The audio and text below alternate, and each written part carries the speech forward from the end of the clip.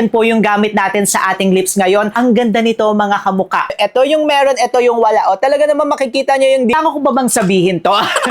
Wow, ang ganda niya pala and very evident yung naging glow sa akin. At as obese before, 200 pounds. Pero ngayon naman, oh wow, sexy. Sakit ang ulo, may migraine, vertigo, may sinusitis, walang putok amoy, plus hindi kayo pagpapawisan. Bales! Quezon Province!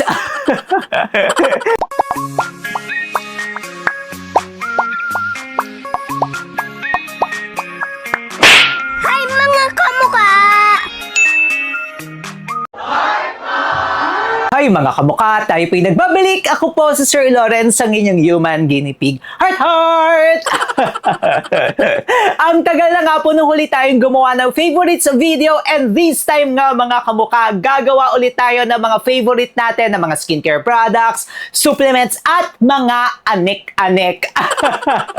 Una na po sa listahan in no particular order. Wow! Walang iba kundi ang Baguio! Charis! Napanood niyo ba sa Miss Universe si Alden Richards? Zambales! Quezon Province! Walang iba kundi ang favorite ko to mga kamuka. Laneige or Laneige. Kayo nang bahalang mamili mga kamuka na lip sleeping mask. Ayan po siya mga kamuka. May mga peke nito ha.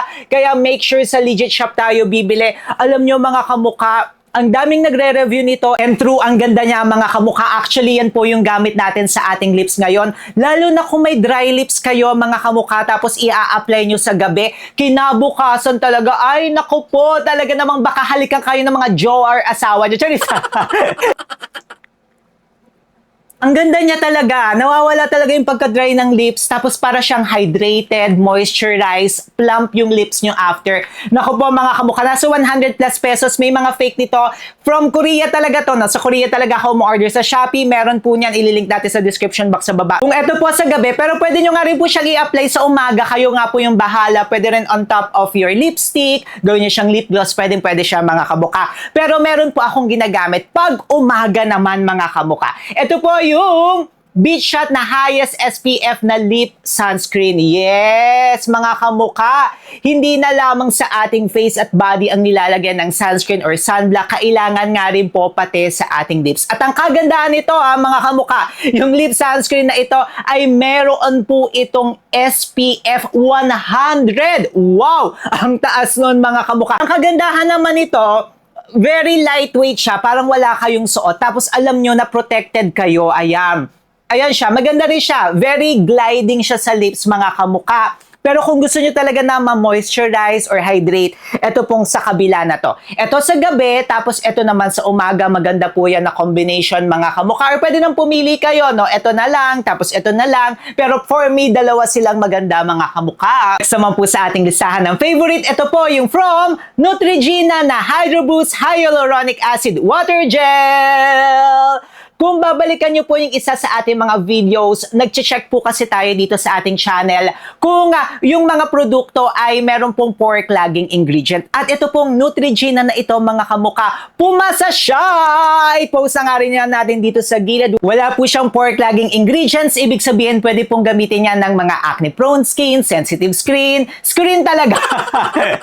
Sensitive skin, pati yung mga normal, dry, or oily skin, combination, pwede siya mga kamuka. And true enough, ang ganda nito mga kamuka. Magwa 1 month ko na siyang ginagamit and I love it. Paubos na nga siya mga kamuka. A little goes a long way siya ha. Kahit konting-konti lang ganyan, pwedeng-pwede na yung P-size lang yan. Pwedeng-pwede na po yan sa entire face nyo. Namo-moisturize o naha-hydrate niya yung aking skin. Ngayon, gamit ko po yan ngayon mga kamuka. Ayan po, lalo na kung may dry skin kayo. Ganda nga kasi lightweight, tapos nami-minimize niya yung appearance ng ating pores. Ayan mga kamuka, may basbas to ni Sir Lawrence. Kung gusto nyo pong bumili, meron po tayong link na sa description box sa baba. Next naman is pang face pa rin po natin. Ito yung Skintific na Mugwort Acne Clay Stick. May review video tayo nito mga kamukha. Kung gusto nyo pong mapanood, ilagay na lang din natin yan sa description box sa baba. Sabi ko nga doon sa review video natin, after ko po itong gamitin, talagang nag-bye-bye na po ako doon sa Aztec na Healing Clay Mask. And kung makikita nyo to, talagang wala na siya mga kamukha. Pangalawa ko na po ito at paubos na rin. Ayan, nag-order na naman nga po si Sir Lawrence. Ang kagandahan nito mga kamukha, less hassle siyang gamitin. Hindi yung talagang magtitimpla ka pa, tapos ilalagay nyo, messy gamitin. Ito, hindi siya ganon mga kamukha. Tapos ang ganda ng pagkaka-apply niya, ilang slide lang o ilang swipe nyo lang tapos mako-cover na yung entire face nyo. Then kung kayo nga po ay may mga acne, naglalabasan yung mga pimples si Sir Lawrence, kahit sabihin nyo na makinis ako from time to time, talagang nagkakaroon nga rin po ako ng mga pimples, nagbe-breakout po ako kasi tao nga rin po si Sir Lawrence, hindi po ako machine. Yung mga ingredients niya maganda para sa may mga pimples or nagbe-breakout kasi meron nga po itong niacinamide, salicylic acid, and may Centella asiatica po siya. Susunod para sa ating favorite ngayong first quarter of 2024, walang iba kundi ang Deoflex na Ultralight Deodorant Spray. Ito siya mga kamukha. Ang init nga po ng panahon ngayon mga kamukha. At ito siguro yung masasabi ko talaga na walang putok amoy. Plus, hindi kayo pagpapawisan mga kamukha. Ang claim nito is 48 hours na kahit hindi kayo maligo, no? Pero syempre naman, dapat araw-araw tayo maligo. Nakakaloka naman kayo mga kamukha. May mga deodorant po talaga na nakakanilaw ng damit. Ito hindi siya nakakanilaw. Sige, try natin mga kamukha. Spray natin yung ganyan-ganyan lang yan. Tapos, promise okay na okay siya. Clean lang yung amoy niya. Pero once na inispray nyo talaga siya mga kamukha, promise, talaga yung pangalan ko nakasalalay na dito. Walang amoy talaga. Hindi kayo yung mga ngamoy putok talaga. Pero naman, mga kamukha, maligo naman kayo. Syempre naman. Doon sa mga iba kong ginagamit, sinasabi ko na nagsusugat nga po yung aking kilikili. Kaya okay na okay. Ito hindi rin nagsugat. Tapos ang kagandahan pa niya, alcohol-free, fragrance-free, paraben-free, cruelty-free, and FDA notified siya, mga kamukha. Kaya naman, kung gusto nyo po ito, ayan, ito yung ginagamit ko ngayon sa aking pang-kilikili powers. Next naman po para sa aking favorite lotion, ito po yung Abuni na BB Milk Perfume Body Cream 3-in-1. Alam nyo, nakakaapat na ako nito at paubos na naman siya mga kamukha. Bukod din sa Fera Herbal Lotion, yun muna yung ilalagay nyo kasi wala na rin akong stock. Ito naman yung i-apply nyo. Ang ganda nito talaga mga kamukha. Nakaka-brighten talaga siya ng skin. Papakita ko sa inyo Ayan o, talagang nakaka-brighten to ng skin. Kaso nga lang sa iba nga, medyo drying. Kaya kailangan nyo talagang applyan muna ng Fera Herbal Lotion or kung may mga serum lotion kayo. Ayan siya, oo. Pak na pak talaga mga kamukha. O, ito yung meron, ito yung wala. O, talaga naman makikita nyo yung difference. O. Kaya maganda. Favorite ko talaga ito. And kung gusto nyo nga pong bumili, meron yan legit shop. Nasa description box sa baba. Okay, para naman nga po sa supplements. Yes, I am a human guinea pig nga po. Nagtatry tayo ng mga different products. Pero kapag may mga natatry tayo na hindi ganun kaganda, or kapag may mga shoot tayo na paparating, mga video or photo shoot, umiinom po talaga ako nito mga kamukha. Unang-una sa listahan, walang iba kundi ang Dose of Glow! Favorite na favorite natin yan dito sa ating channel. Kailangan ko ba bang sabihin to? Pero ito nga po, may 3 forms po ito ng glutathione, Japan na bioactive, Japan glutathione, may S-acetyl na glutathione, plus meron nga rin po ito na mga boosters, may oral sunblock nga rin po ito, may collagen siya mga kamukha. Wala na akong ibang dapat sabihin kung gusto nyo chatsu. Kung gusto nyo pong mapanood yung ating review video nito, ang dami ko ng beses ito pinapakita sa ating video, ilalagay na lang po natin yan sa description box sa baba. Ito siguro yung susunod natin na bago talaga, pero nagulat ako.